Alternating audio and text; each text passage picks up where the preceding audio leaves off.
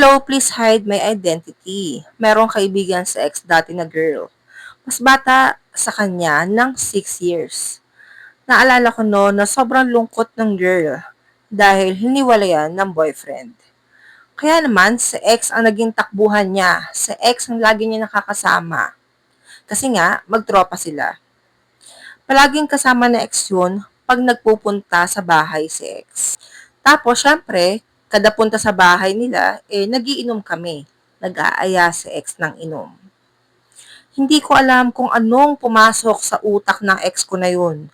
Bigla niya akong sinabihan na, what if i-join naman natin si girl sa ano natin? Wala naman daw palag yun dahil bata pa at malungkot nga dahil hiniwalayan. Nag-inom kami noon at medyo lasing si girl. Doon na ang first move ni ex. Tapos, inuudyukan ako ni ex na, tabihan mo si girl, landi-landiin mo. Tapos, yung ex ko naman, parang ginigiyang niya si girl. Matulog na lang daw kami at tabi-tabi na lang daw sa kwarto. Pero, nakita ko kahit anong lasing ni girl, nagpupumulit siyang umuwi. Parang alam niya. Magaling si girl.